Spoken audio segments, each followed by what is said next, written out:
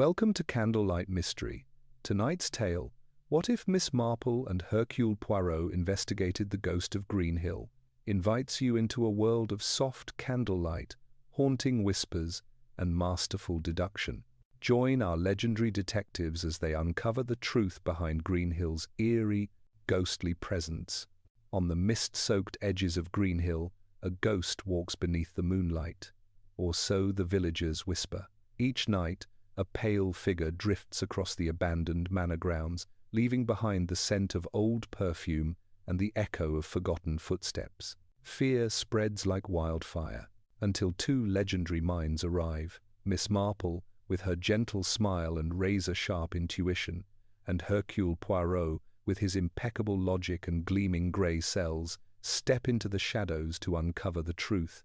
But the deeper they dig, the more Greenhill reveals secrets darker than any ghost story ever told. Chapter 1: The Whispering Hill. A thin veil of mist drifted lazily over Greenhill village as dusk settled, softening the edges of roofs and chimneys and giving everything the faint, shimmering glow of a watercolor painting left in the rain. The villagers moved quickly indoors, shutting their doors with the firm, familiar motions of people who had performed this ritual too many nights in a row. Lamps were drawn, curtains pulled tight, and the narrow, cobbled streets fell into a hush. Only the church tower remained awake, its old clock ticking in steady rebellion against the spreading silence. At the far edge of the village, Greenhill Manor stood tall and stubborn, though its bricks had long lost their blush, and its windows carried the melancholy look of an estate once proud, now forgotten. Its gardens, once trimmed and shaped by gardeners with poetic patience, had succumbed to wildness. Briars strangled stone statues, trees groaned under tangled ivy, and the pond behind the manor was now a murky mirror of secrets. But it wasn't the ruin that frightened the villagers.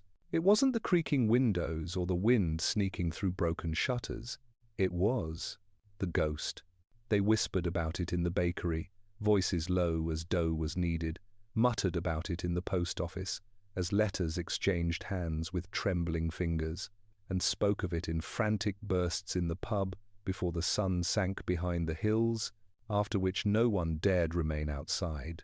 The ghost of the governess, they called it, a pale woman in a long white dress, drifting through the grounds of Greenhill Manor.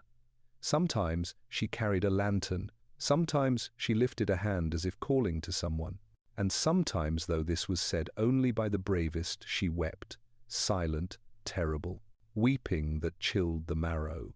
It was on such an evening, thick with fog and fear, that Miss Jane Marple arrived in Greenhill. She stepped down from the modest coach with the gentle dignity of a woman who had travelled far more often by observation than by movement.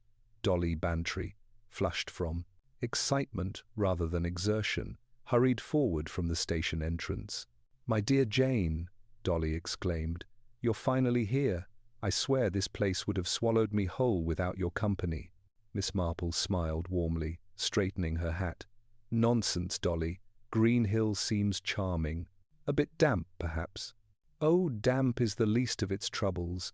Dolly linked arms with her. "Come quickly. The villagers are terrifying me with their tales. There's talk of a ghost haunting the manor, and Jane people swear they've seen it." Miss Marple raised an eyebrow. "People often swear to many things." "Yes, but these people aren't usually imaginative enough to invent ghosts," Dolly insisted. "You must see the manor yourself." The two women walked through the mist, their footsteps echoing faintly. Miss Marple observed the village with her usual quiet attention, paint peeling on a window frame, the way a dog barked, then whimpered and retreated, the overly brisk nods of those they passed. Anxiety was not difficult to detect. It hung in the air, as tangibly as the fog. At the village inn, the Crooked Hare, the owner nearly jumped when they entered. He quickly composed himself, and greeted them with all the politeness expected of a man running a business, but his eyes darted again and again to the windows, as if expecting some pale figure to float by. "Miss Bantry's rooms are ready," he said, voice a touch too fast. "And supper, if you'll be wanting it before dark." Miss Marple smiled gently. "The ghost does not appear at this hour, does it?" The man blanched. I wouldn't know, ma'am." After they settled into their rooms and Dolly fussed with the curtains, the two sat for tea. Dolly leaned forward with theatrical gravity. "Jane, promise me you'll keep an open mind. The people here are genuinely frightened. The ghost appears every few nights, they say, and always near the old willow tree by the manor." Miss Marple stirred her tea. "Ghosts, my dear Dolly, are very much like people's imaginations, rarely as frightening as the motives behind them." "Well, wantedly." Before Dolly could reply, the inn door slammed below, followed by the crisp, confident sound of footsteps. Miss Marple looked mildly curious. Dolly gasped outright. Could it be? The innkeeper's nervous greeting floated up the stairs. "Monsieur Poirot, your room is prepared." Dolly clutched her pearls dramatically. "Jane, it is him, Hercule Poirot. What on earth is he doing here?" Miss Marple's eyes twinkled. "Well, Dolly, perhaps Greenhill has attracted more than just local attention." Downstairs, Hercule Poirot stood in the dim glow of the parlour's gas lamp, immaculate, as ever, despite the dampness outside. Not a single hair of his moustache dared defy its precisely groomed shape. He removed his gloves carefully, one finger at a time, while assessing his surroundings with sharp, bird-like movements of the eyes. The innkeeper fluttered about him in anxious politeness, offering tea, soup, a better chair, anything to distract from the eerie quiet that had settled around them. Poirot waved it all away with courteous disinterest. His attention had already moved beyond creature comforts. "Greenhill," he murmured to himself, rolling the name thoughtfully. "A place of mystery, a place where superstition thrives." His gaze flicked to the dusty window. "A place where someone is playing a dangerous game." Upstairs, Miss Marple and Dolly exchanged looks before descending. Dolly whispered, "You must speak to him, Jane. Perhaps he's here for the ghost." Miss Marple's smile deepened with its usual gentle mischief. "I shouldn't think Monsieur Poirot takes cases involving, how shall I put it, sentimental spectres. But let us see." As they approached, Poirot turned with a small, perfectly executed bow. "Mesdames." Dolly nearly curtsied.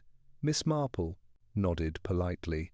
"Monsieur Poirot," she said, "a rather unexpected pleasure." "But a pleasure nonetheless, madame." Poirot's eyes twinkled. "Though I admit I am most surprised to find that you too are visiting this small village." "Just a holiday," Miss Marple said mildly. "And you?" Dolly asked eagerly. "Are you here for the ghost?" Poirot smiled thin, amused, dismissive. "Ghosts do not interest Hercule Poirot, Madame Bantry, only the foolishness of those who seek to create them." Dolly's excitement faltered. "You think it's a trick?" Poirot lifted a hand. "I think, madame, that a ghost rarely leaves footprints. Yet I am informed that this particular apparition does so, and quite distinctly, enough to offend the logic of Poirot." Miss Marple hid a smile behind her teacup. "Footprints, you say? That is rather unusual." Poirot glanced at her with appreciation. "Indeed. And, more unusual still, only one pair has been found. No approach tracks, no departure tracks, merely appearance." Dolly shivered. "Well, that certainly sounds ghostly." Poirot gave her a look of gentle correction. "Or staged." "And you suspect foul play?" Miss Marple said softly. Poirot hesitated. "I suspect intent. Someone wishes the villagers to fear the manor. Fear is a useful tool, madame." Miss Marple nodded slowly. "Very useful, and sometimes very profitable." Dolly looked between them helplessly. "I'm completely lost now." Before any clarification could come, the inn door banged. Open again. A young man stumbled inside, drenched, wild-eyed, and shaking with terror. His voice cracked as he gasped, "It's back!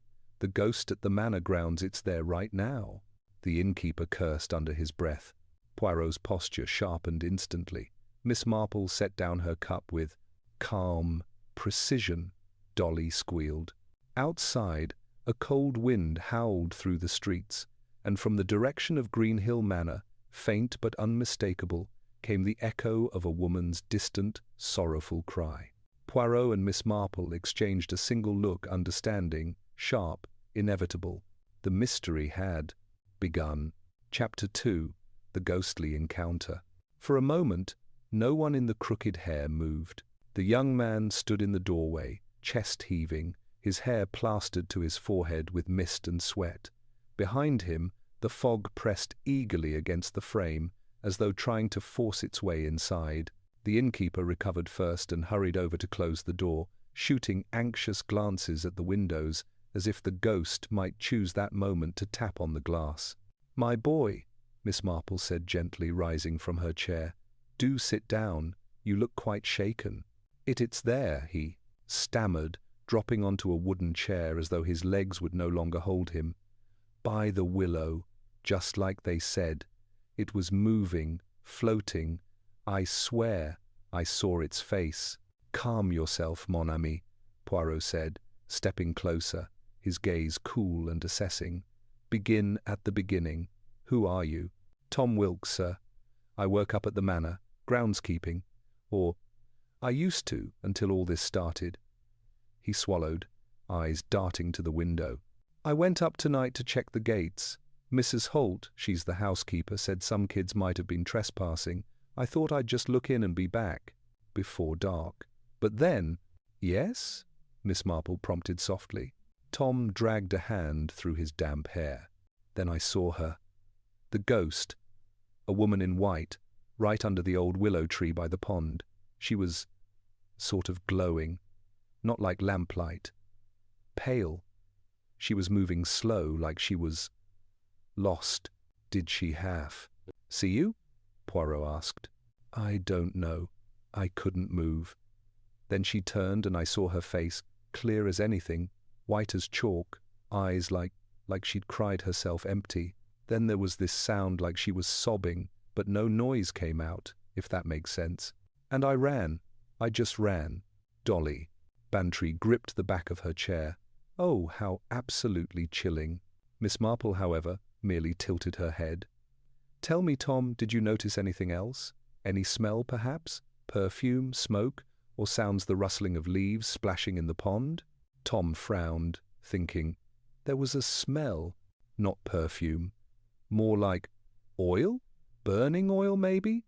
And I heard, yes, there was a sort of clank, like metal hitting stone, but I don't know if that was her or something else. Poirot's eyes narrowed. "Interesting." The innkeeper wrung his hands. "You shouldn't have gone up there alone, Tom. Everyone knows better than to linger near the manor after dark these days." "Do they indeed?" Poirot murmured. "And yet someone was there tonight, producing a ghostly display for our friend Tom." He straightened his cuffs. "I think it would be most informative to see the scene ourselves. N'est-ce pas? N'est-ce pas?" "You're not going out there now, surely?" Dolly exclaimed. Miss Marple's eyes had a quiet, determined light. "I think, Dolly dear, that if one wishes to understand a ghost, one must meet it on its own chosen stage." Poirot gave a small, approving nod. "Precisely, madame. Besides, the mist is not so thick, and I have every confidence that the ghost of Greenhill, if it exists, will not dare challenge both my little grey cells and Miss Marple's remarkable understanding of human nature." Dolly shuddered dramatically. "I suppose somebody has to keep an eye on you both. I'll come too." "Oh no, Dolly," Miss Marple said gently. "It may be damp and unpleasant, and I'm sure you'd hate that. You'd be much more comfortable here, talking to the innkeeper and the villagers. Ask them about the governess, about the manor, about any quarrels or tragedies. You always did get people to talk." The compliment had the desired effect. Dolly straightened, pleased. "Well, when you put it like that, Jane—" "Very well, I'll conduct the indoor portion of the investigation." Poirot smiled faintly. "Every investigation needs both light and shadow, madame. You will provide the warmth. We shall face the chill." Minutes later, Poirot, Miss Marple, and Tom Wilkes stepped out into the night. The village lay hushed, windows glowing faintly like watchful eyes in the dark. The road to Greenhill Manor wound gently upward, losing itself bit by bit in the thickening fog. Tom led the way with a lantern, its small circle of light bobbing in the uneasy gloom. Poirot walked with deliberate care to avoid mud on his polished shoes, while Miss Marple's steps were steady, her mind no doubt as busy as Poirot's, though in a completely different fashion. "It has been how long, Tom?" Poirot asked conversationally, "since the ghost first appeared?" "About 3 weeks, sir.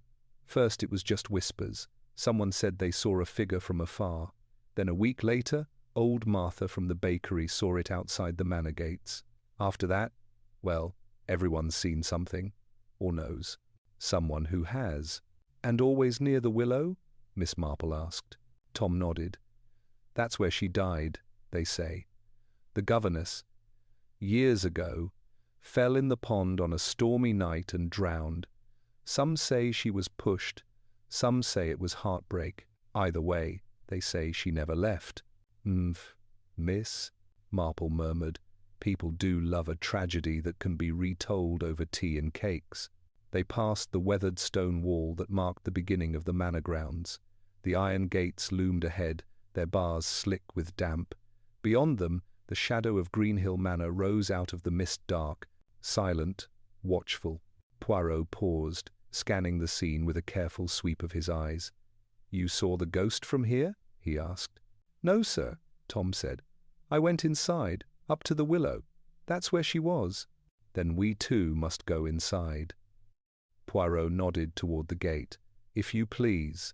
Tom hesitated only a moment before pulling a heavy key from his pocket. The gate creaked open with theatrical reluctance, the sort of sound that made village legends more vivid. They passed through, the gravel crunching underfoot. The air inside the grounds felt colder somehow, more saturated with moisture. The manor's broken windows stared like dark, hollow eyes. Somewhere in the distance, an owl called, the sound both lonely and ominous. "There," Tom whispered, pointing, "by the pond, under the willow." The great willow tree stood like a grieving figure itself, its branches trailing over the still water of the pond. In the lantern's glow, its twisted trunk seemed to writhe. Poirot's gaze sharpened. "Do not go too close yet," he murmured. "We will examine the approach first." They moved slowly, Poirot occasionally lifting his walking stick to point. "Footprints, Mademoiselle A. Pardon, Miss Marple. You see, in the gravel, recent. The edges are still crisp." Miss Marple peered down. "One set only. Tom's?" Tom shook his head. "No, those aren't mine. I came from the path on the right, see?" He pointed to a fainter line of impressions, partially smudged by. His frantic retreat. Poirot knelt carefully, inspecting the clearer prints. A woman's shoes, perhaps, narrow with a small heel, not very old. They come from the direction of the side gate, not from the village road. He straightened. "So our ghost arrives by a very practical route." "Miss." Marple's eyes drifted toward the pond, the willow, the shifting mist. "And perhaps," she murmured, "she leaves by one just as practical." The three of them stood for a few moments, listening. The night hummed quietly, soft rustlings of leaves, the distant croak of frogs at the far side of the pond. The faint whisper of wind moving through the willow branches. There was no sign of any spectral figure, no pale, glowing woman, no soundless weeping. Poirot checked his watch. "At what time did you see the apparition, Tom?" "About 20 minutes before I came running down, sir. So, maybe half an hour ago." Poirot nodded. "And have the previous sightings been at similar times?" "Yes, sir. Always not long after dark." "Regularity," Poirot said thoughtfully. "That is very helpful." Miss Marple moved closer to the willow, her steps measured, her eyes alert. "Tom, where exactly was the ghost standing?" Tom swallowed and pointed to a patch of grass a few feet from the water's edge. "Right there, almost as if she'd just stepped out of the pond." Poirot and Miss Marple approached together. The ground was damp but firm. Poirot's glance swept the area, methodical and precise. "Ah," he murmured, "you see, Miss Marple?" She followed his gaze. Just beyond the spot Tom had indicated, partly hidden by the drooping curtain of willow branches, lay a small, flattened area of reeds and grass recently disturbed. A faint metallic glint caught the lantern light. Miss Marple bent slightly, not enough to strain her back, but enough to see. "Something shiny," she observed. "Perhaps you have the knees for this, Monsieur Poirot." Poirot gave a tiny snort of amusement and knelt, brushing aside the reeds with care. He lifted something from the ground and held it up. "A rebeard lantern hook," he announced, "and a very modern one at that. See, the clasp, designed to hang from a branch. There is also wax here, melted into the grass, quite a lot of it. A candle burned here frequently." "So someone has been lighting a little stage," Miss Marple said, eyes thoughtful. A pale, flickering light, half seen through branches, reflected on the water.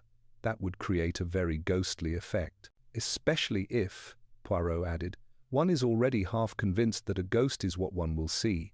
Tom shifted uneasily. "But I saw her face. I'm sure of it."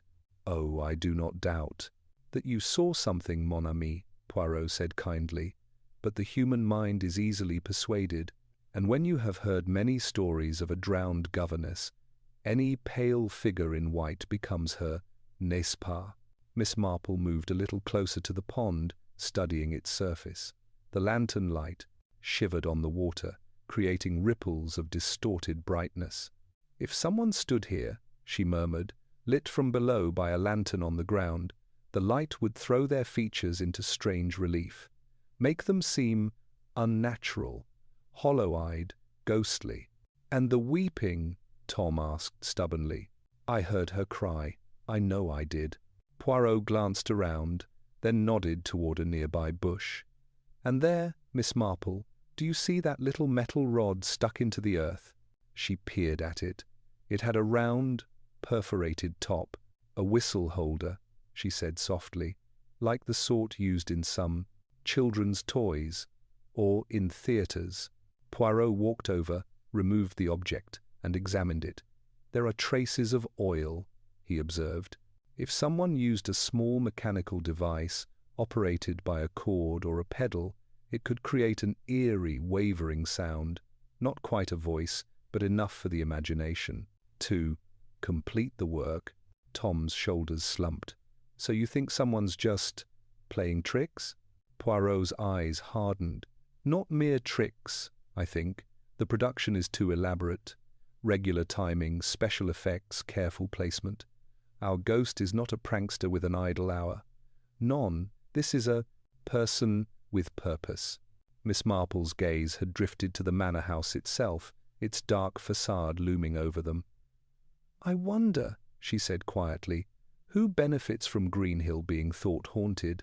Poirot joined her, following her line of sight. "The house is currently owned by Mr. Leonard Ashcombe," Tom answered. "Inherited it from his uncle last year, but he doesn't live here, only comes down once in a while. Mrs. Holt runs the place. She hates the ghost stories, says they're ruining the property." "And the villagers?" Miss Marple asked. "They're terrified. No one will come near. The place after dark, and even in the daytime, well, they talk." Tom hesitated. "Some say the manor's cursed. Some say the governess has come back for revenge." Poirot's moustache bristled. "Revenge is a very human concept to attribute to a ghost." Miss Marple nodded absently. "People do like to canter, tidy up tragedy with a neat little story." A sudden sound, sharp, metallic, and close, split the quiet. Tom jumped, nearly dropping the lantern. Poirot turned swiftly, eyes narrowing. Somewhere near the side of the manor, a door had slammed. "Someone else is here," Tom whispered. Poirot gestured for him to lower the lantern's beam. "We will approach quietly," he said. "If our ghost is not present, perhaps the stagehand of the ghostly performance is."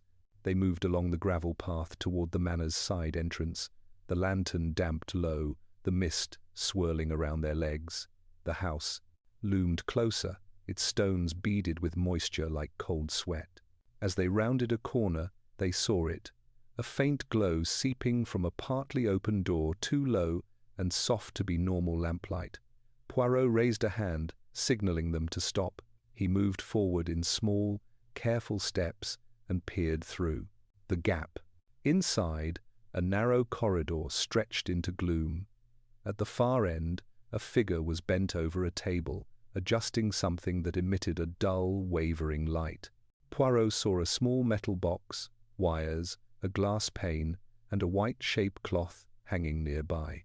He drew back, his expression thoughtful. "Well," Miss Marple whispered, "what do you see?" Poirot considered for a moment. "I see, madame, the workshop of a ghost." Before they could decide their next move, the figure at the end of the corridor straightened suddenly, as if sensing they were not alone. The glow flickered, a sharp breath echoed off the stone walls. Then the door flew fully open, and the figure bolted out past them, a blur of pale fabric and panic, vanishing into the mist before any of them could react. Tom shouted and took a step forward, but Poirot grabbed his arm. "Non, non, do not chase blindly. The street grounds are large, the fog is thick, and our quarry knows the paths better than we." Miss Marple's eyes were keen. "But you saw enough, didn't you, Monsieur Poirot?" His lips curved slightly. "Enough to be sure that the ghost of Greenhill is very much alive." "And enough," Miss Marple replied, her voice soft but firm, "for me to begin to suspect why someone might wish her to be dead." The wind rose, rattling the branches of the great willow and sending a shiver across the pond's dark surface.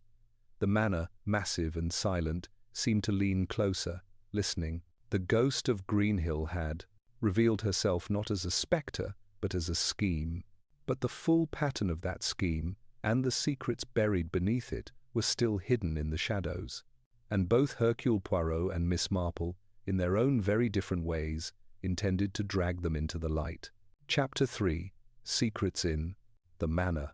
Morning came to Greenhill hesitantly, as if even the sun was unsure about intruding on the village's unease. The mist had thinned, but not vanished. It clung stubbornly to the hedgerows and fields, curling around the manor on the hill like ghostly fingers reluctant to let go. Miss Marple sat at a small table near the inn's window, her knitting bag beside her and an untouched cup of tea in front of her. She appeared to be counting stitches. In reality, she was counting patterns of a very different sort. Downstairs, there had been talk. Dolly Bantry was particularly animated, recounting to anyone who would listen the events of the previous night, embellishing only slightly. The words ghost workshop, mysterious figure, and Hercule Poirot had already made the rounds. Greenhill's rumour mill was working at full speed. Poirot entered the breakfast room, impeccably dressed as though he had slept in a wardrobe rather than a modest inn bed. He bowed slightly to Miss Marple. "Good morning, madame." "Good morning, Monsieur Poirot. I trust you slept well." "As well as one can in a village where ghosts are manufactured by professionals," Poirot replied dryly. "And you?" "Oh, quite comfortably, thank you. I find that a good mystery is as soothing as warm milk, once one is used to it."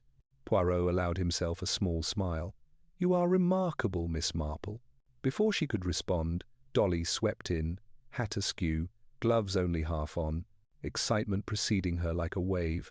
"Jane! Monsieur Poirot! You simply must hear this. Mrs. Holt is furious, positively boiling. She's at the manor this very moment, raging about vandals and meddling and how everything has been turned upside down." "Ah?" Poirot said, interest sharpening. "And how does she know that anything has been disturbed?" "I suppose Tom told her," Dolly said. "He went up early to explain. In any case, she's calling it all nonsense. She says there's no such thing as ghosts, which is refreshing, but then insists the stories are ruining the property's reputation." Dolly paused. "Though one might argue the property is doing most of that work itself." Miss Marple took a sip of tea. "It would be rather useful to speak with Mrs. Holt. Housekeepers often know more about a house than its owners." "As it happens," Dolly said with a little flourish, "I may have arranged that very thing. She has agreed reluctantly to allow us a proper tour of the manor. She's expecting us within the hour." Poirot's eyebrows rose. "Us, Madame Bantry?" "Well, I did say I had friends who were terribly interested in architecture and history, which is true in a sense, You are architecturally interested in how the ghost has been constructed and historically interested in who wishes to keep the past alive." Poirot laughed softly. "Touché, madame." An hour later, the three of them, Poirot, Miss Marple, and Dolly, walked once again up the path toward Greenhill Manor. The mist drifted in thin ribbons now, and in the clearer light the manor showed its age more honestly: cracked stonework, weather-stained walls, and windows in varying states of repair. Yet there was still an undeniable dignity to it, a stubborn grandeur that refused to be entirely dimmed. Tom Wilkes was waiting at the gate, hat in hand, looking nervous. "Mrs. Holt is in a bit of a temper," he warned. "Don't mind her bark, she's just upset." "Upset is often a very revealing state," Poirot murmured. They entered the grounds. In daylight, the great willow looked more mournful than menacing. The pond was a dull sheet of grey, ripples disturbed only by the occasional darting insect. The remnants of last night's discovery, the flattened grass, the faint wax traces were still visible if one knew where to look. Miss Marple's gaze lingered on the spot, thoughtful. Then they moved on. Mrs. Holt met them at the front steps of the manor, arms folded, mouth set in a tight, disapproving line. She was a solid woman in her late 50s, with iron-grey hair scraped back into a bun and an expression that suggested she disapproved of most things on principle, including weather, visitors, and probably oxygen. "Mrs. Bantry," she said stiffly, "you've brought company." "Yes, indeed," Dolly said cheerfully. "This is Miss Marple, a dear friend, and Monsieur Hercule Poirot. They have an interest in—" "I know who he is," Mrs. Holt interrupted, eyeing Poirot with a mixture of suspicion and reluctant respect. "That foreign detective who gets into everything. I read the papers." Poirot placed a hand on his chest. "I am honored, madame." "I'm not," she said briskly. "We've enough trouble without outsiders poking around. But Mr. Ashcombe insists that if there's mischief going on, he wants it stopped. And if having you see for yourselves that there's nothing here but old stone and older dust will help, then so be it." "Mr. Ashcombe is here?" Miss Marple asked mildly. "Arrived late last night," Mrs. Holt replied. "After all the commotion. He'd planned a short visit anyway, but this ghost nonsense has forced his hand." Her lips thinned further. "He's in his study. I'll take you to him, then give you a tour, as requested. Though I'll thank you not to touch anything you don't have to." They followed her inside. The entrance hall of Greenhill Manor was tall and shadowed, its once rich panelling now dulled and scratched. A large faded rug stretched across the floor. Portraits lined the walls, their subjects peering down in various states of aristocratic disinterest. Miss Marple's eyes lingered on one portrait in particular, that of a young woman in a plain dress, sitting beside a window with a book in her lap. Her expression was gentle, her gaze slightly distant. "Who is that?" Miss Marple asked. Mrs. Holt followed her glance and sniffed. "That's Miss Eleanor Ward, the governess, the one everyone talks about. Died in the pond more than 20 years ago. And no, she wasn't wearing white chiffon and floating about like an actress when they pulled her out. Just a soaked wool dress and a broken neck." Dolly winced. Miss Marple nodded slowly. "And how did she come to be in the pond?" Poirot asked. "Accident? Suicide? Something less pleasant?" Mrs. Holt bristled. "The inquest said accidental drowning. She slipped in the storm. End of matter." "But not the end of the story," Miss Marple said softly, still looking at the portrait. "Stories don't always obey inquest verdicts." Mrs. Holt said nothing for a moment. Then she turned sharply and led them down a corridor toward the study. Leonard Ashcombe was a man in his early 40s, neatly dressed in a dark suit that suggested city life rather than country management. He had the slightly harassed air of someone who had inherited more responsibility than he wanted. His hair was thinning at the temples, and his fingers played restlessly with a paper knife as they entered. "Mrs. Bantry," he said, rising, "thank you for coming, and your friends, of course." His eyes flicked from Poirot to Miss Marple with quick, evaluative interest.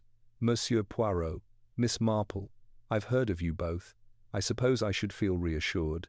Reassurance, Monsieur Ashcombe, Poirot said, is a luxury one should only enjoy after the facts are known. Leonard gave a humorless smile. Quite. Well, here are the facts as I know them. I own a decaying manor I can barely afford to maintain. My housekeeper is threatening to resign over ghost stories. The villagers have decided my property is cursed, and I'm receiving letters from the estate agents suggesting that any hope of selling the place shrinks with every tale told in the village pub. Letters, Miss Marple repeated gently. Plural? Yes, they've been advising me to address the rumours and restore confidence, as if I had any idea how to do that. He sighed. I used to spend summers here as a boy. It was never cheerful, but it wasn't haunted. Now, it feels like the house itself resents me. Do you? Miss Marple asked softly. He blinked. Do I what? Do you resent the house, Mr. Ashcombe? He hesitated. I resent the burden of it, the costs, the memories, some of them, but it's still part of the family. I'd rather see it restored than sold to some speculator who'll chop it into flats. Poirot's gaze sharpened. Restoration requires capital, does it not? Yes, Leonard said, which I don't have nearly enough of. Unless, Poirot said lightly, one could purchase it at a lower price, or persuade others to sell quickly. Leonard frowned. What do you mean? Only that fear, Poirot replied pleasantly, is often used as a tool in negotiation. Ghosts can be very persuasive to villagers, buyers, and trustees alike. Leonard's expression darkened. If you're suggesting I have anything to do with this ghost, nonsense, you're mistaken. I need this place to be taken seriously, not turned into a village circus. I want it respectable, not notorious. Miss Marple watched him quietly. Then you must be as keen as anyone for the matter to be cleared up. I am, Leonard said firmly. Utterly. A soft knock at the door interrupted them. A young woman stepped in, carrying a stack of papers. She was slim, with dark, tired eyes and ink-stained fingers. Sorry to disturb you, Uncle, she said. Mrs. Holt asked me to bring She stopped, startled by the presence of strangers. Clara, Leonard. This is my niece, Clara Ashcombe. She helps with the estate accounts. Clara, this is Mrs. Bantry, Miss Marple, and Monsieur Poirot. They're looking into our ghost problem. Clara flushed slightly. Oh, well, I hope you can do something about it. The figures look worse every week. The ghost may as well send invoices. Poirot regarded her with interest. You are not afraid of the ghost, mademoiselle? I'm afraid of unpaid bills, Monsieur Poirot, she said bluntly. Ghosts don't frighten me nearly as much as creditors. Miss Marple's eyes warmed. A very sensible view, my dear. Mrs. Holt cleared her throat impatiently from the doorway. If you're quite finished, I'll show them the rest of the house. Leonard nodded. Yes, of course. Monsieur Poirot, Miss Marple, if there's anything you wish to see, you've my permission. Poirot inclined his head. We will try to be discreet, monsieur. Mrs. Holt sniffed.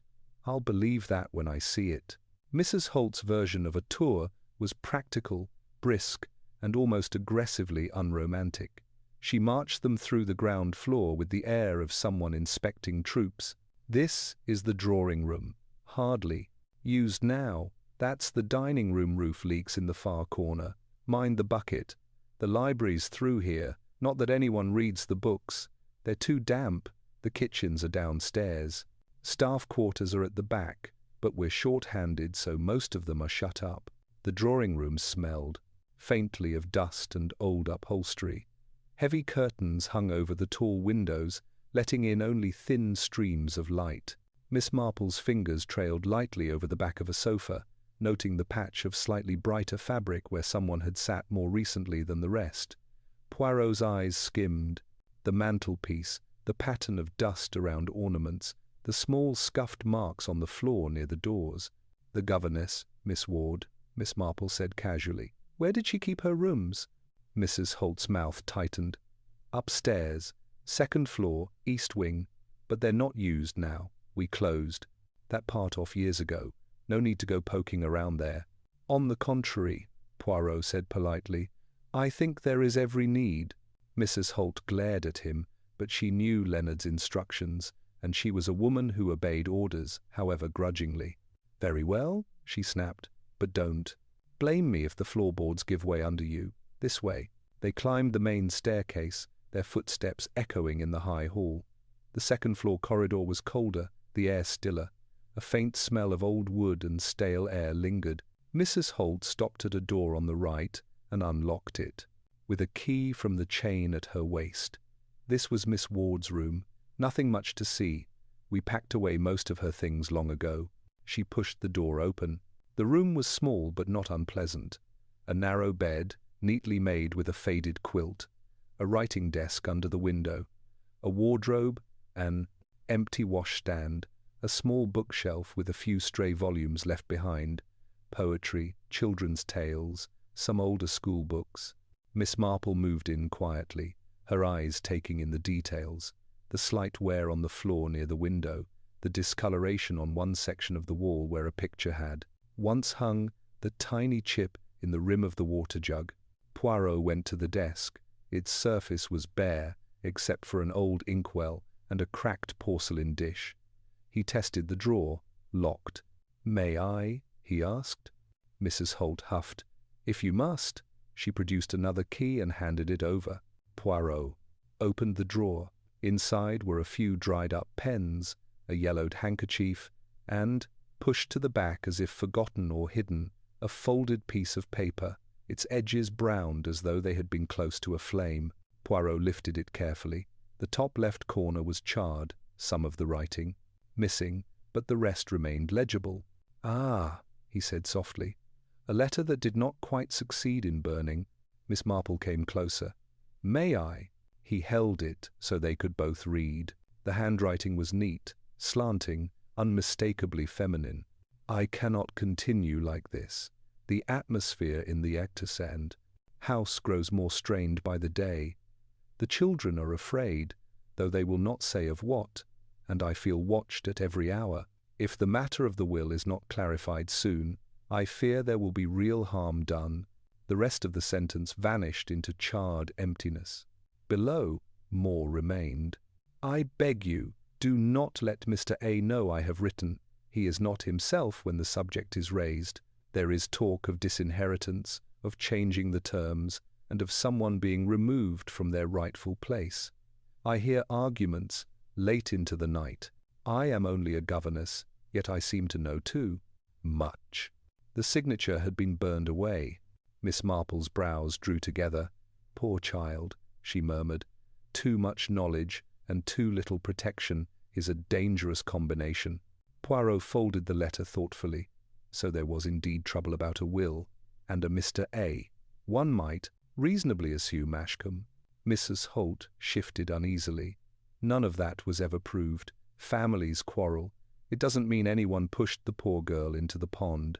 No, Miss Marple said gently, but it might mean she worried someone enough to make her death convenient.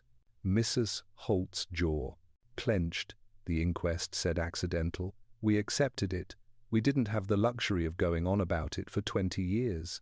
What happened to the children? Miss Marple asked. Mrs. Holt sighed. Mr. Ashcombe's cousins. One went abroad, one married badly, if you believe the gossip. I lost track of. That was all before Mr. Leonard inherited. Poirot's gaze drifted to the wall near the bed, where the paint was slightly cracked in a narrow vertical line. He walked over, tapped it lightly with his knuckles, then pressed along the edge. A small section of panelling shifted. Ah, he said. A little door. Mrs. Holt frowned. What's that? I never. Poirot eased the panel open. Behind it, a narrow, dust-choked space appeared too small to be a proper passage, more like a service recess. It smelled of dry wood and something faintly chemical. Miss Marple leaned in carefully. Look, she said softly. Candle stubs, newer than the rest of the dust. Poirot reached in and retrieved a short, half-burned candle. Paraffin, he observed, and here wax dripped in a pattern, as though someone placed the candles in the same spot, again and again. Someone has been using Miss Ward's old room, Miss Marple said. Recently. Mrs. Holt looked genuinely shocked. That's not possible. I locked this floor myself. Keys, Miss Marple said kindly, can be borrowed, or copied, or found. Poirot's nostrils flared slightly. You smell it, Miss Marple? She nodded. Perfume. Very. Faint, but not an old scent. Something sharp, a little bitter. Not the sort of thing a governess would have worn in those days. More the sort, Poirot added, that a modern woman might choose, someone who wishes to make an impression. They both thought, privately, of Clara Ashcombe's ink-stained fingers and tired eyes, and of another woman entirely, whoever had raced from the ghost workshop in the night, trailing pale fabric and panic. Mrs. Holt folded her arms. Whoever's been sneaking about up here has no business doing so. I'll have a word with the staff. Poirot gave her a courteous nod. You should, but I suspect that when you do you will find that staff members are as surprised as you are. Miss Marple's gaze drifted to the bed, to the ghost of a young governess who had once lain awake here, listening to arguments about wills and inheritance echoing through the house. Those who know too much, she said quietly, sometimes die too soon, and those who know just enough to be dangerous sometimes come back, not as ghosts, but as very determined visitors. Poirot looked at her with appreciation. You are thinking, Miss Marple, of someone who might wish to reopen old grievances. I'm thinking, Miss Marple replied, of the way old injustices have a habit of seeping into the present, like damp through wallpaper. He smiled. Beautifully put. She gave a small shrug. In a village like mine, you learn that nothing unpleasant really disappears. It just goes upstairs and waits. Poirot slipped the half-burned letter into an inner pocket. We have a letter about a will, a hidden recess used recently, candles in odd places, and a ghost produced with the aid of lanterns and mechanical sounds. But there is still one thing missing. Only. One? Dolly asked, shivering slightly despite the sunlight streaming through the dusty window. Poirot nodded. The answer to the question, why now? This tragedy is 20 years old. Why does the ghost of Eleanor Ward choose this particular moment to walk again? Miss Marple looked out of the window at the distant village, at the small church tower, at the fields stretching away into the mist. Perhaps, she said softly, because something that was promised long ago is about to be taken away, or given, at last, to the wrong person. Poirot followed her gaze, his mind ticking through possibilities. In any case, he murmured, I think it is time we speak again with Monsieur Leonard Ashcombe, and perhaps with Mademoiselle Clara. Ghosts may walk at night, but motives move freely in daylight. He glanced once more around the governess's room, as though committing every detail to memory.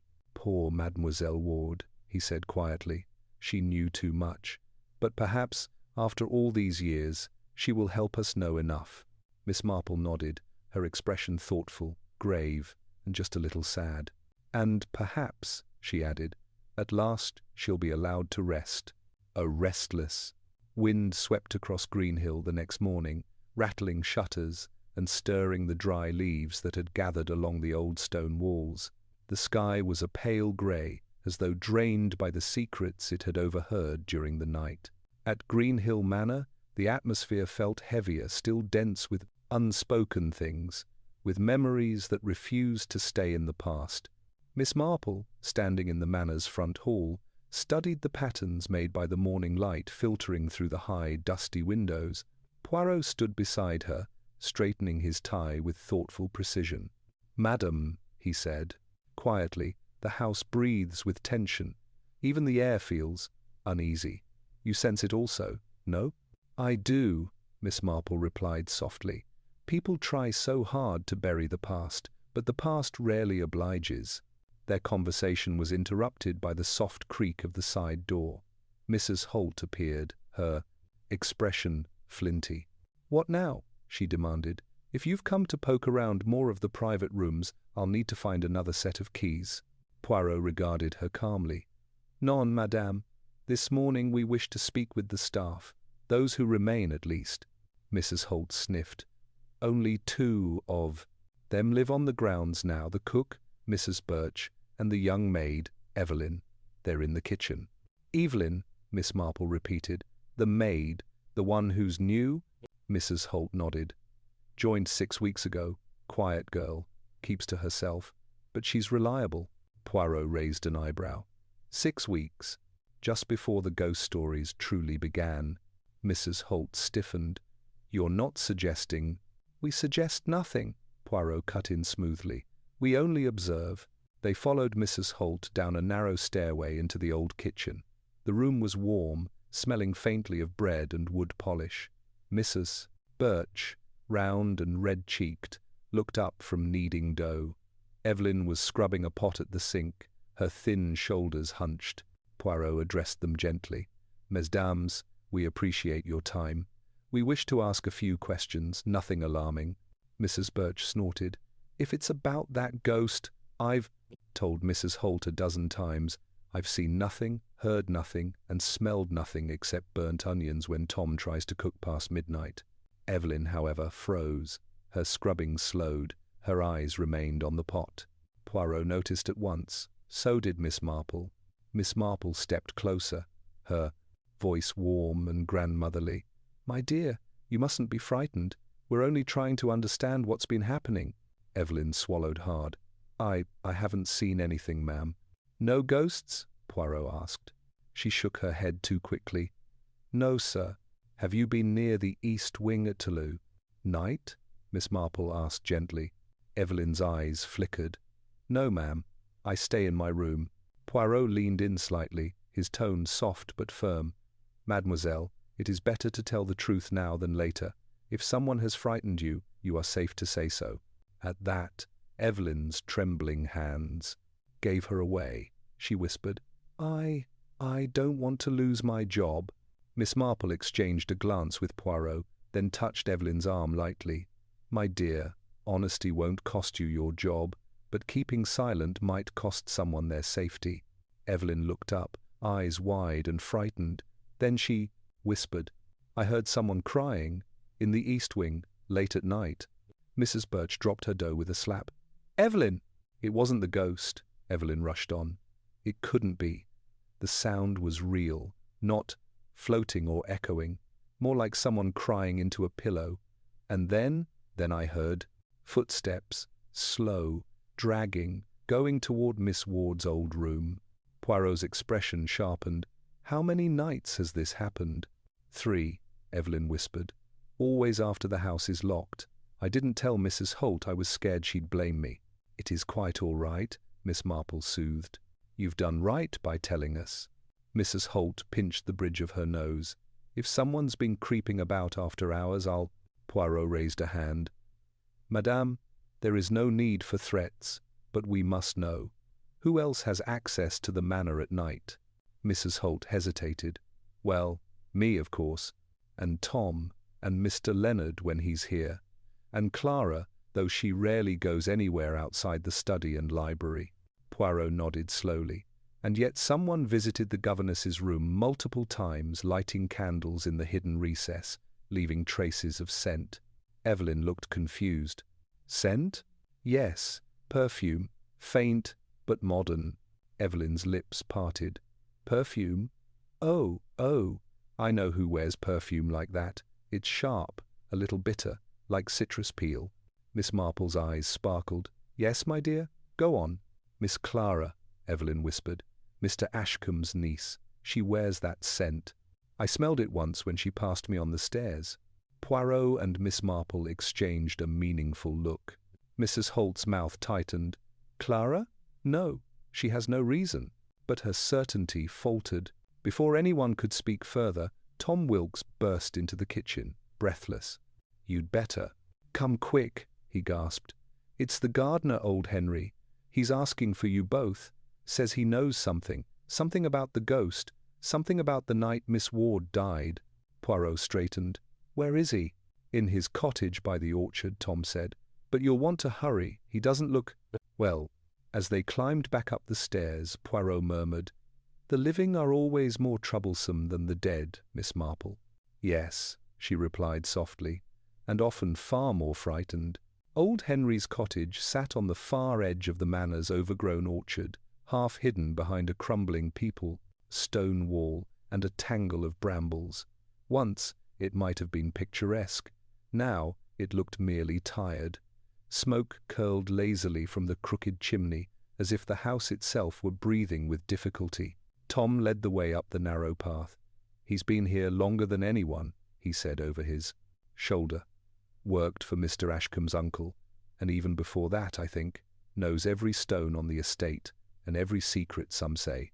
"Gardeners often do," Miss Marple remarked. "People talk near hedges. They think leaves don't listen." Poirot gave a faint smile.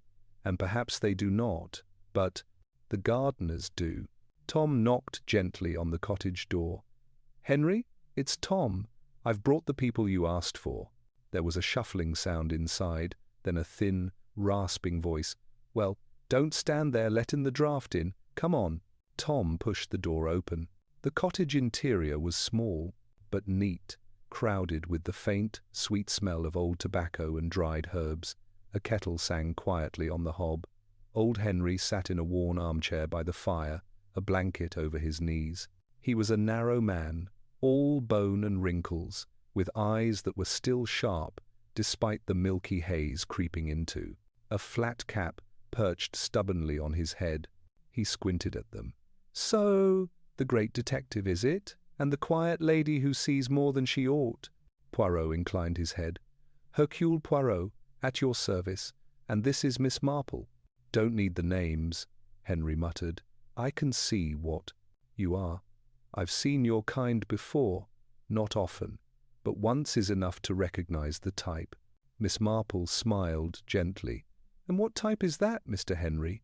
"The kind who come when the past won't stay buried," Henry said. "Well, sit if you like. I haven't much to offer except the truth, and that's not often comfortable." Poirot pulled up a small wooden stool. Miss Marple took the plain chair near the table, her hands folded calmly in her lap. Tom hovered by the door, uneasy. "You told Tom," Poirot began softly, "that you know something about the ghost, and about the night the governess died." Henry's gaze shifted to the small window, where the orchard trees swayed like old men leaning on canes. "People forget, you know, or pretend to. 20 years is a long time, but not long enough to wipe out everything." He coughed, then continued. "I was younger then, stronger, bit less, clever, maybe. But my ears worked same as they do now. I remember the storm that night. I remember the screaming of the wind and the way the pond overflowed onto the path. I remember the lightning, and I remember voices." "Voices?" Miss Marple prompted gently. "2 of 'em," Henry said.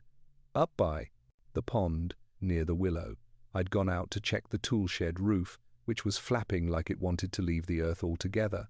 Thought I heard someone shout. So I went a little further than I meant to. Didn't want to be seen, mind you. Staff aren't supposed to wander about after hours. Not without orders. So I kept to the trees." He swallowed. "I saw Miss Ward, Miss Eleanor, standing by the water.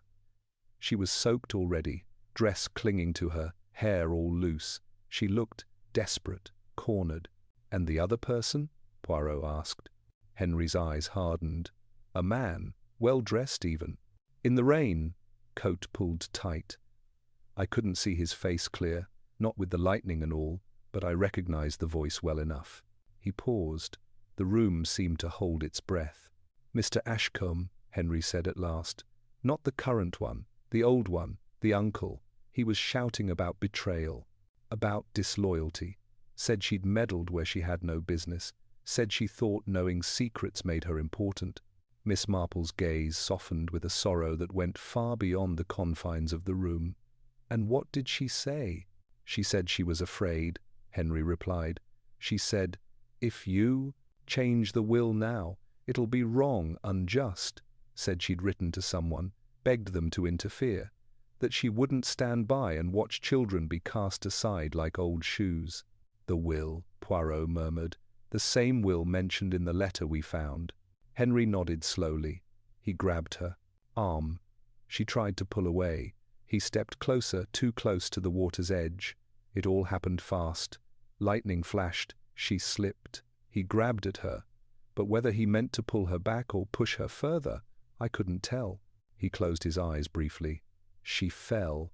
I heard the splash, he shouted. Her name once. Then, nothing. No jumping in after her. No panic. Just silence. Then, he turned and walked back to the house. Miss Marple's fingers tightened slightly. "And you?" Poirot asked quietly. "What did you do?" Henry's jaw clenched. "I ran down to the pond, but the water was black and wild, and by the time others got there, it was too late. They found her later, when the storm calmed. The inquest said, accident. They all looked the other way, easier that way." "Did you tell them what you saw?" Miss Marple asked. Henry gave a bitter, toothless smile. A gardener accusing the woe. Master of what? Manslaughter, murder.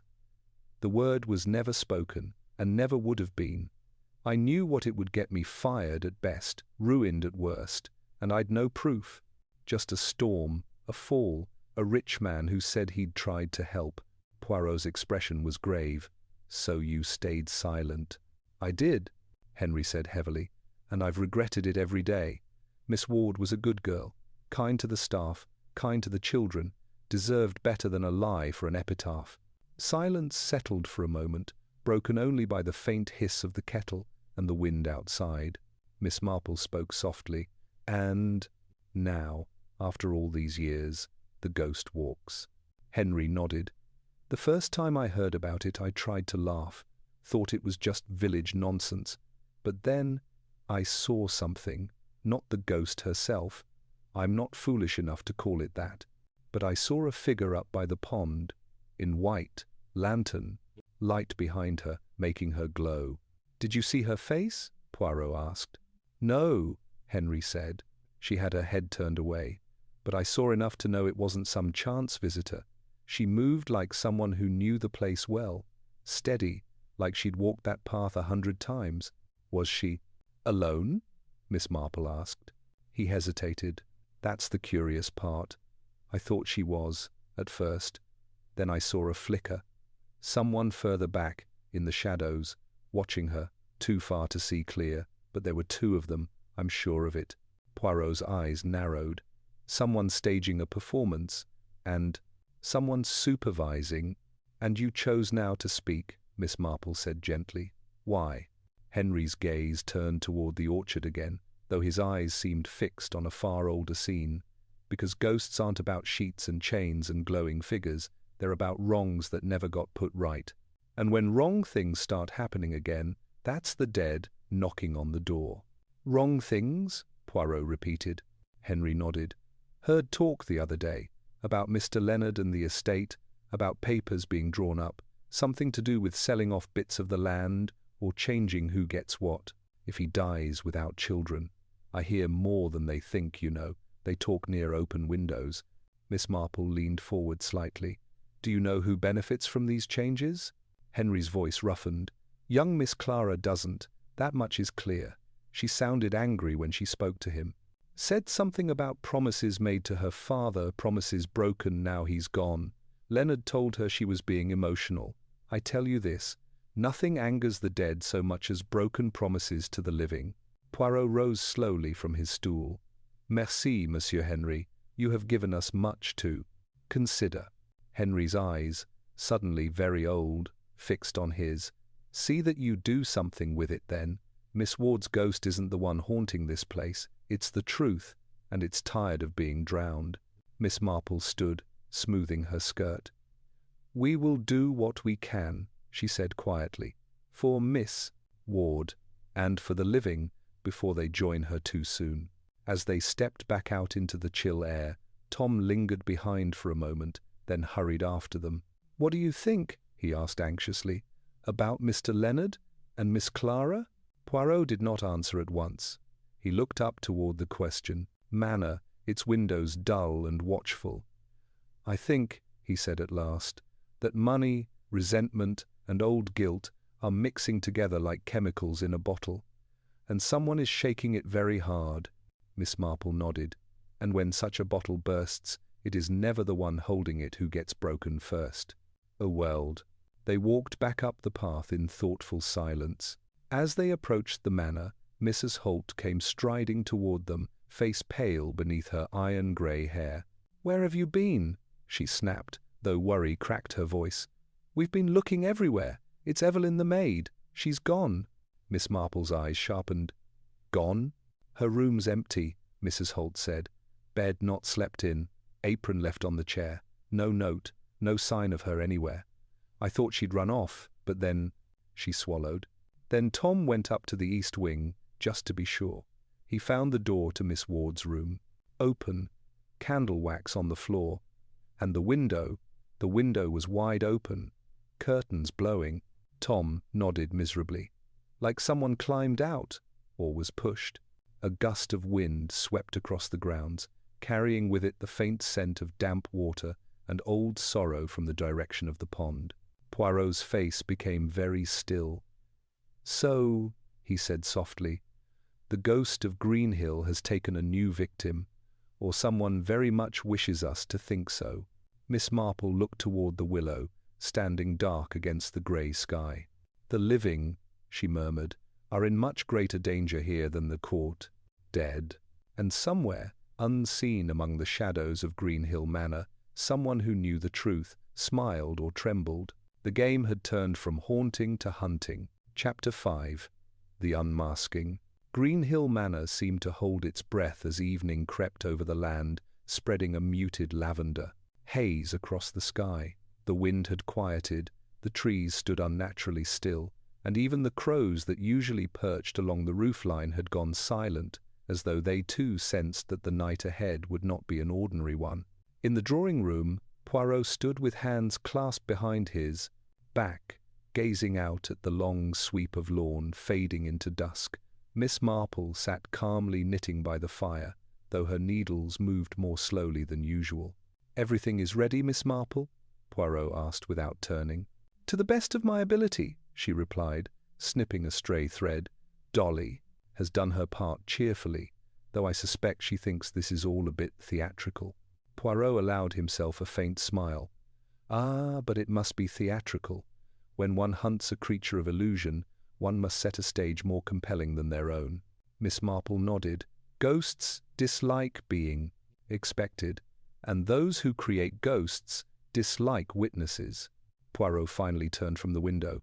"And tonight, madame, they shall have both." It had been decided earlier that day that the ghost would be made to appear again, not by summoning, but by preparation. Poirot, with his impeccable sense for psychology, knew that whoever had devised the haunting would not be able to resist returning to the willow at night, not with the villagers whispering, not with fear blossoming, and especially not after Evelyn's disappearance. For fear alone was no longer enough. Now there was urgency. Something had gone wrong with their plan, or someone had acted too soon. Dolly Bantry entered the room then, cheeks pink from excitement and worry. "The lantern is placed exactly where you wanted it, Jane, and Tom has hidden near the tool shed, though he insists he'll be of no use if it turns out to be a real ghost." Poirot gave a satisfied nod. "Excellent. And Mrs. Holt?" "In her room," Dolly said, pacing like a caged lioness. "And Mr. Leonard Ashcombe?" Miss Marple asked. "In his study," Dolly replied. "With Clara. They were arguing earlier. Quietly, but intensely. I pretended not to hear." Poirot exchanged a glance with Miss Marple. "Family disputes over money," he murmured, "are rarely quiet for long." Miss Marple put away her knitting and rose gently. "Shall we go, Monsieur Poirot?" Poirot checked his pocket watch. "It is time." The three stepped out into the twilight. Fog rolled over the lawn in low, twisting waves, catching the last light and turning it into a silvery glow. The manor's windows flickered with candlelight behind them, making it appear like a watchful giant standing sentinel over its own secrets. Poirot led, Miss Marple walked with, steady steps beside him, and Dolly followed, clutching her coat tightly around her shoulders. Down the slope they went, toward the willow. The pond lay dark and still, the great weeping branches of the willow trailing like pale fingers across its surface. The air smelled faintly of damp earth, and wax Poirot's carefully placed lantern burning low behind the tree, hidden from casual sight. Poirot surveyed the scene, pleased.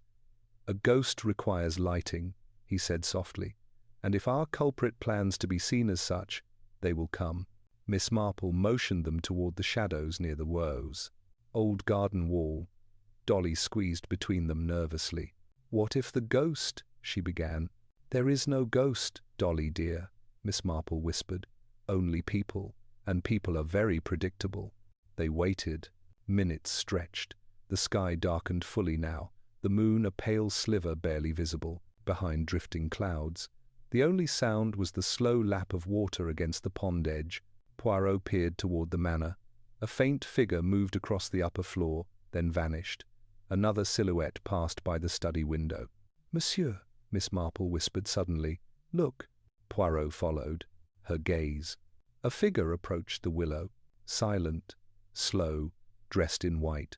The same pale gown, the same drifting movement, the same eerie, glowing shimmer from the lantern behind her. The ghost of Greenhill. Dolly gasped softly. "Oh, my heavens!" Poirot put a finger to his lips. They watched. The figure came closer to the pond, pausing at the exact spot where Miss Ward had died 20 years ago, the place where footprints had been found, the place where lantern hooks had been hidden, the place where illusions had been crafted. Poirot whispered, "She is alone tonight?" "No, Miss," Marple murmured. "She never is." Poirot's eyes sharpened. "Indeed." For behind the ghost, far back among the trees, another shadow moved. A watcher, someone ensuring the illusion played properly under the night sky. Someone ensuring fear spread. Poirot leaned close. "On my signal, we will flank. Miss Marple, you take the rear path. I will take the left. Dolly, stay where you are." But before he could move, the ghost did something unexpected. She turned toward the manor and lifted a hand, as if signaling. Poirot stiffened. "She is calling someone." Miss Marple's face grew grave. "Or warning them." A sound drifted across the lawn, then a sharp crack, like a twig snapping under a hurried foot, then another, someone running. From the direction of the orchard, Tom burst into view. "Monsieur Poirot!" he shouted. "It's Evelyn! She's alive! I found her. She's hurt," she said. "The ghost isn't." He stopped. Because the ghost had turned, and, for the first time, her face was visible. A face pale with powder, eyes darkened with shadow, lips trembling as if she too feared what she was part of. Poirot whispered, "Ah, so it is you." Miss Marple nodded sadly. "I thought as much." Dolly looked wildly between them. "Who is it? Who?" Poirot stepped out from the shadows. The ghost froze. Her lantern flickered. Her breath quickened. Poirot's voice cut the night like a blade. "Remove the veil, Mademoiselle Clara." Dolly gasped. Miss Marple merely sighed. The ghost trembled, then lifted her pale hands, and slowly removed the white veil from her face. The veil slipped from Clara Ashcombe's trembling fingers and floated to the ground like a fallen petal. In the moonlight, her face looked ghostly, pale, not from makeup alone, but from fear. Fear of being seen. Fear of truth. Dolly Bantry clapped a hand over her mouth. "Clara, you were the ghost?" Clara didn't answer. She turned instead to the pond, hugging her arms around herself, shivering as though the night wind had finally caught her. Poirot stepped forward, his tone firm yet not unkind. "Mademoiselle Clara, the performance is over. No more fog, no more illusions. You will tell us why." Clara's lips trembled. I never meant to frighten anyone. Not truly.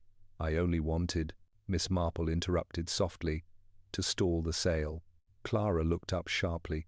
"Miss Marple," continued gently, "to stop your uncle from selling Greenhill Manor, to keep the estate intact, to keep your father's promise from being broken." Clara stared at her. "How did you?" "You wear a very distinctive perfume, my dear," Miss Marple said kindly. "Quite modern, sharp, bitter. And you left traces of it in the old governess's room." Poirot nodded. And you were overheard arguing with Monsieur Lénard about the estate. Henry the gardener heard it, and Henry has good ears." Clara's face softened with sorrow. "Henry, he always cared more than most." Poirot stepped closer. "But needing money, mademoiselle, is not enough reason to create a ghost. There is something deeper here, something older." Clara inhaled shakily. "You do not understand." Miss Marple nodded. "Perhaps we do. The governess, Miss Ward, knew a secret about the old will, a will that would have changed. The inheritance." Clara swallowed. "She knew that my father was meant to inherit half the estate, my father, not my uncle, but the old will was rewritten in the storm. That night, after Miss Ward died, my father lost everything." Poirot exchanged a grave look with Miss Marple. "Ah, so the ghost is not Miss Ward at all." Clara shook her head fiercely. "No, I would never dare pretend to be her. I only meant to evoke the legend to stall things until I could find proof of the old will, proof that my father was cheated." "But why frighten the villagers?" Dolly asked, bewildered. Clara looked ashamed. "I thought if the manor seemed haunted, if buyers were scared off, if Uncle Leonard felt cornered, he might show his hand, reveal what he was hiding."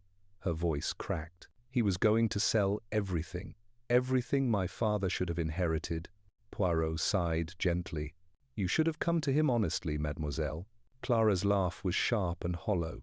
"Honestly? You don't know my uncle. He never once believed me, not even when I told him I'd found my father's letters. He called me sentimental, irrational." Miss Marple placed a soft hand on Clara's arm. "And so you chose a different path." "Yes," Clara whispered, "a foolish one." But Poirot shook his head slightly. "Not foolish, merely incomplete, because you were not alone." Clara stiffened. I don't know what you mean." Poirot's voice chilled. "The ghost was staged, yes, but you, mademoiselle, were not responsible for all of it. The lanterns in the hidden recess, perhaps, but not the mechanical wailing, not the deliberate drowning sounds, and certainly not the disappearance of Evelyn." Clara's eyes widened. "Evelyn? She's missing? I didn't." Poirot gently raised a "which" means someone else has used your drama for their own purpose. A twig snapped behind them. Everyone turned. A figure stepped into the moonlight. Mr. Leonard Ashcombe.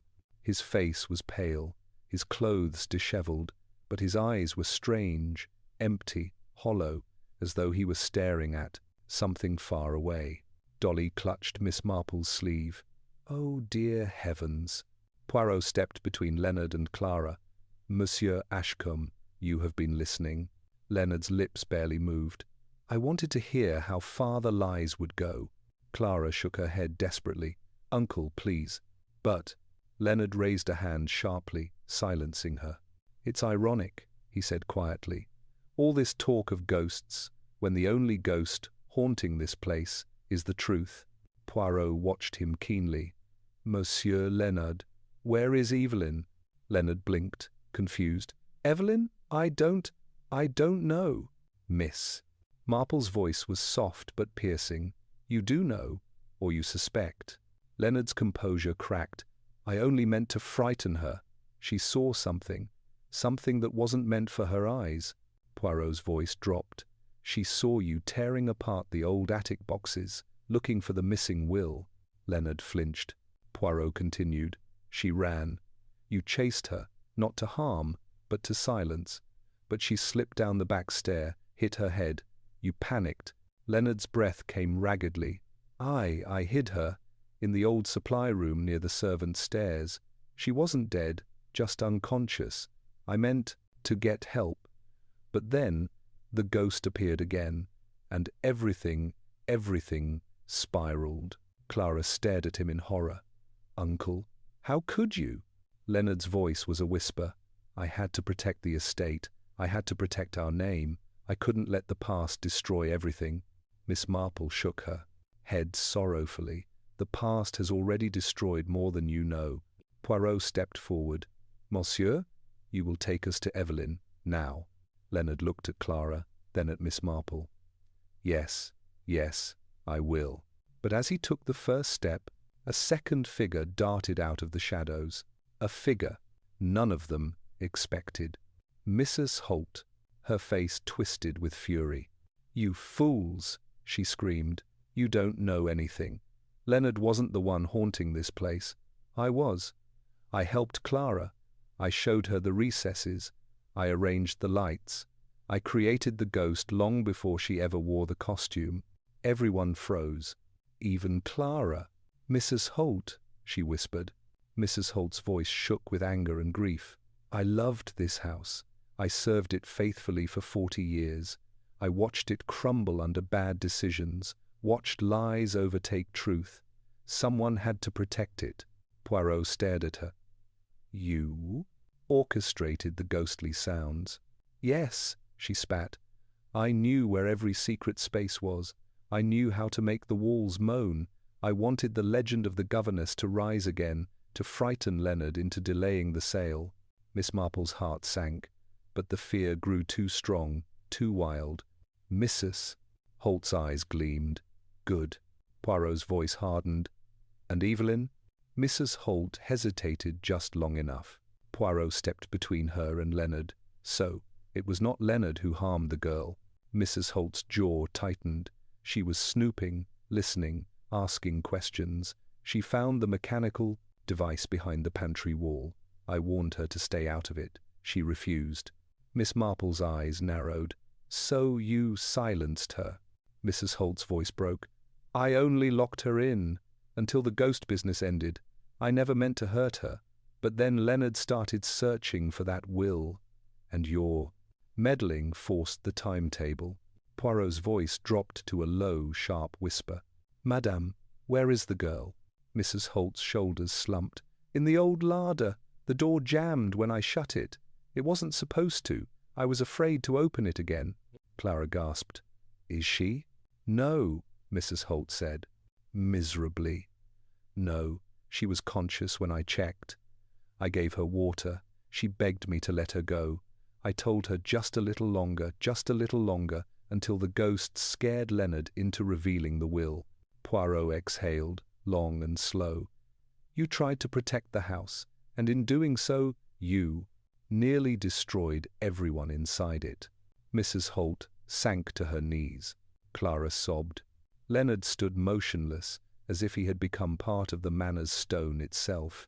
Miss Marple stepped forward, her voice gentle but unwavering. "The dead do not ask for revenge, but they do ask for truth." Poirot nodded. "And now, at last, the truth will come." Chapter 6. The Greenhill Revelation. The drawing-room of Greenhill Manor had not hosted so many people in years. Dusty portraits stared down from the walls as if startled by the sudden gathering. Poirot standing near the fireplace like a judge, preparing to deliver a verdict. Miss Marple seated calmly in an armchair, hands neatly folded. Dolly hovering near the tea trolley, torn between excitement and dread. Mr. Leonard Ashcombe looking pale and shaken. Clara sitting stiffly, still wearing the remnants of her ghostly disguise. Tom Wilkes pacing anxiously, and Mrs. Holt in the corner, face drained of colour, hands clenched tightly in her apron. They all waited, breath held, nerves taut. Poirot lifted a hand. "Mesdames et messieurs," he began, "thank you for assembling promptly. Tonight we end the long shadow that has lingered over Greenhill Manor. Tonight we reveal the truths, both old and new, that have haunted this house far more than any spirit." The room stirred with uneasy silence. Poirot continued. "First, let me assure you, Evelyn is alive. Tom has found her, and she is recovering in the caretaker's cottage, under Miss Marple's supervision." He nodded toward Dolly. "Madame Bantry has arranged blankets, warm broth, and comfort." Dolly beamed through her worry. "Anyone would have done the same." Poirot smiled. "Not quite, madame, but we are grateful." He turned back to the group. "Now, let us begin. 18s will not price." He paced slowly before the mantel. "For weeks, this village has been terrorized by the ghost of Greenhill. You have seen her glowing, drifting, crying without sound. But ghosts, you see, do not use lanterns. Ghosts do not leave footprints, and ghosts certainly do not wear citrus-sharp perfume. On, bride. Clara's head bowed. Poirot lifted a finger. Mademoiselle Clara Ashcombe crafted the visual ghost. She wore the white dress. She played the part under the willow. Why? Because she sought to delay the sale of the property, to frustrate her uncle's efforts, hoping he would reveal secrets he has long concealed. Leonard made a choking sound. Clara. But Poirot raised a hand. "One moment, monsieur. Your turn will come." He resumed his explanation. Mademoiselle Clara's motives were emotional and justifiable. She believed her father, the late brother of Mr. Leonard, had been cheated out of his rightful inheritance. She believed an old will existed, one that granted part of the estate to her side of the family. Clara whispered, "Because Miss Ward wrote to my father. She warned him. She tried to help." Miss Marple gave her a compassionate glance. Poirot nodded. Yes, the governess, Miss Eleanor Ward, had knowledge of the old will. She warned someone, almost certainly Clara's father, in a letter. The letter we found, half-burned, in her desk. He tapped his pocket. Miss Ward suspected a change to the will, a deliberate removal of certain heirs. She intended to stay, to expose this. But before she could, she met her tragic end. Leonard shifted uneasily. "It was an accident." Poirot cut him sharply. "No, monsieur. It was not murder, but neither was it innocent." The room froze. Poirot continued more gently. "Old Henry saw part of that night. The storm, the command, argument, the slip. You tried to save Miss Ward, but you also feared what her accusations meant, and so you allowed the inquest to call it an accident." Leonard bowed his head, tormented. Poirot resumed his pacing. But Clara was not alone in her ghostly theatrics. No, someone else, someone, older, more loyal to this house than the family itself, used the legend for a different purpose. His eyes turned toward Mrs. Holt. "Mrs. Holt," Poirot said softly, "you amplified the haunting. You created the sound devices, hid them in the pantry walls, set mechanical wails rattling through the corridors. You used hidden recesses, old servants' passages, and candle tricks. You wanted Leonard frightened enough to stop selling Greenhill, enough to force him to admit there were things he had concealed." Mrs. Holt's chin quivered. "I did what I had to. This house deserves more than being carved up by businessmen." Poirot nodded sympathetically. "In your own way, you love this house more than anyone alive." She looked down. "I never meant to hurt the girl." Miss Marple's voice was soft, but unyielding. "But you did frighten her, and fear is a dangerous force, Mrs. Holt." Poirot turned next to Leonard. "And you, Monsieur Ashcombe, you also played a part. You panicked when Evelyn saw you searching the attic. You feared she would tell others that you were hunting for the old will, the one document that could disinherit you entirely." Leonard's voice cracked. "I only wanted to verify, to know once and for all whether Clara was mistaken." Poirot regarded him with regret. "And when Evelyn ran, you chased her, not to harm, but in fear she might expose your secret search." He lifted a hand. "She fell. You hid her. You waited too long to call for help. That was your greatest sin, cowardice, not violence." Leonard sagged. "I didn't know what to do." Clara turned on him. "You never do." Poirot sighed. "And so we see. 3 people, 3 motives, 3 overlapping deceptions, each fearing the truth, each protecting something." Miss Marple rose then, her voice as gentle as a lullaby, but carrying the weight of wisdom. "Greenhill was never haunted by Miss Ward," she said softly. "It was haunted by grief, guilt, and secrets. Ghosts do not walk, but the consequences of human choices do." Tom swallowed hard. Dolly dabbed at her eyes. Poirot finished. "The ghost of Greenhill is unmasked. What remains is justice and healing." He folded his hands behind his back. "And now we must decide how to proceed." Silence filled the drawing-room after Poirot's declaration, thick as the dust motes drifting in the air. No one moved. No one dared speak. Outside, the willow branches swayed faintly in a breeze that seemed calmer now, almost relieved, as though Greenhill Manor itself understood that the truth had finally surfaced. Poirot drew a slow breath. We must now decide how best to act, not to satisfy revenge, but to ensure justice, not the justice of courts alone, but justice of the heart. Miss Marple nodded gently. The law is a sharp tool, Monsieur Poirot, but sometimes it cuts more than needed, and sometimes less. Clara wiped her cheeks. I never wanted anyone hurt, not Evelyn, not Uncle Leonard. I only wanted the truth to matter. Poirot turned to her. And so it shall. But truth must come with accountability. Mrs. Holt sank into a chair, trembling.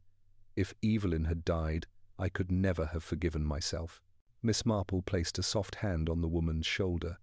But she didn't, and remorse, dear Mrs. Holt, is a sign you are not beyond redemption. Dolly sniffed loudly. Well, I suppose if we're handing out redemption, I'll get the tea ready. Poirot gave a tired but affectionate smile. A wise idea, Madame Bantry. Tea steadies the British soul, does it not? As much as your grey cells steady the rest. Of us, Dolly muttered, shuffling off. Tom stepped forward. What about Evelyn? Can she forgive all this? Miss Marple answered softly. She is young, and the young often recover far more quickly than the old imagine. She'll heal. She paused. And I think she will understand. Fear made many. People act unwisely here, but wise hearts can still turn back. Poirot cleared his throat. Now, let us speak of consequences. Everyone tensed. Poirot raised a hand to keep the peace. Mrs. Holt, he began, your actions were dangerous, yes, but not malicious. You frightened the villagers, you hid Evelyn, but you did not intend true harm. You will confess your role to the authorities. They will reprimand you, perhaps fine you, but I do not foresee harsher punishment. Mrs. Holt nodded weakly. I will accept whatever comes. Poirot turned next to Leonard Ashcombe. You, monsieur, will also confess, not to violence, for your intent was not to injure. Your fault was panic, and attempting to conceal Evelyn's fall rather than seek help. The law will censure you, but your life is not destroyed. Leonard bowed his head. Perhaps it should be. None, Poirot said firmly. Cowardice is human. It is not unforgivable. Miss Marple added softly, especially when one is ready to change. Clara looked at her uncle with mixed pain and compassion. We will rebuild trust, she whispered. Not all at once, but slowly. Leonard closed his eyes. Thank you, Clara. I don't deserve it. Bayferins, Depersides and Contrasing.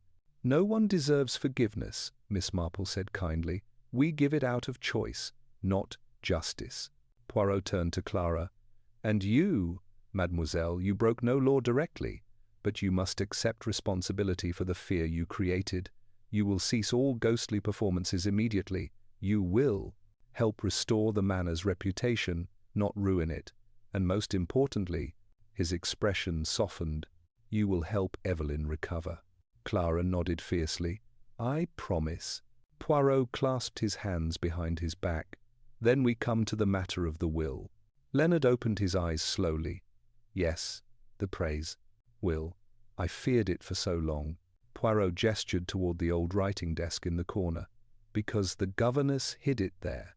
A collective gasp echoed through the room. Clara stared. You found it? Poirot shook his head. Not I, Miss Marple. Miss Marple smiled modestly. The governess was a thoughtful young woman. She hid things where she felt safest near the children she taught. The old desk seemed the most sensible place. From her handbag, she withdrew a thin, time-yellowed envelope. Leonard swallowed hard. Is it genuine? Poirot nodded gravely. Signed, stamped, witnessed. Miss Ward tried to burn it, perhaps when she realized the danger she was in, but she didn't finish the task. Signed. Leonard took the envelope with trembling hands. Clara watched, her breath held. He opened it. The crackle of the old paper echoed in the quiet room. Finally, Leonard spoke. His voice was low. The estate, was meant to be divided. My father changed it the night Miss Ward died. But before that, half of this manor belonged to Clara's father. And now, to Clara. Clara blinked back tears. So my father was right. Leonard nodded slowly. Yes, I owe you everything, including an apology. Clara sobbed and embraced him. For a long moment, uncle and niece clung to each other, two lives torn apart by an old injustice, now slowly mending. Miss Marple dabbed her eyes discreetly. Poirot pretended not to notice. After some time, Leonard straightened. We will rebuild this house together. Clara, Mrs. Holt, Tom, anyone who wishes. No more secrets. Poirot smiled. A sensible decision. And if I may add, take better care of your windows. They rattle like a guilty conscience. Dolly, returning with tea, burst into laughter. Oh, Monsieur Poirot, don't spoil the moment. Miss Marple smiled serenely. It is his way, Dolly dear. Poirot clucked. Sentiment must never replace logic, but perhaps it may accompany it. That evening, after things had calmed and Evelyn was safely recovering, Poirot and Miss Marple prepared to leave Greenhill Manor. They walked down the drive together, the moon rising high above the willow. The pond glimmered softly, peaceful, quiet. Miss Marple looked at Poirot fondly. It was a privilege to work with you again, Monsieur Poirot. And with you, Miss Marple, though your methods, he paused, delicately, are somewhat untidy. She chuckled. And yours are somewhat theatrical. They walked a few more steps. Poirot stopped and studied the willow's reflection in the water. You know, Miss Marple, in another world, perhaps we might have been rivals. Oh, she said pleasantly, I imagine we still are. Poirot gave her a deep, appreciative bow. Touché! Miss Marple curtsied lightly in return. Until our next mystery, Monsieur Poirot. He tipped his hat. Until then. And together, in dignified silence, they walked down the moonlit road, two minds brilliant in their own way, united by truth, separated by the gentle paths of life. Behind them, Greenhill Manor stood tall once more, not haunted, not broken, but finally at peace. Candlelight Mystery message. And so, dear listeners, another flame flickers low as our tale draws to its quiet close, Greenhill Manor, once shrouded in whispers and shadows, now stands peaceful beneath the moonlit sky. No ghost walks its grounds tonight, only the truth, finally free after years of silence. Miss Marple's gentle wisdom and Poirot's brilliant precision uncovered not just a haunting, but hearts weighed down by old secrets. And in that unraveling, the living were saved, and the dead at last allowed to rest. As the candle burns low, remember this. Mysteries are rarely about spectres in the dark, but about people frightened, hopeful, flawed, and human. Thank you for walking with us through every twist and tway, echo of Greenhill. Until our next tale, stay curious, stay brave, and keep your candle burning.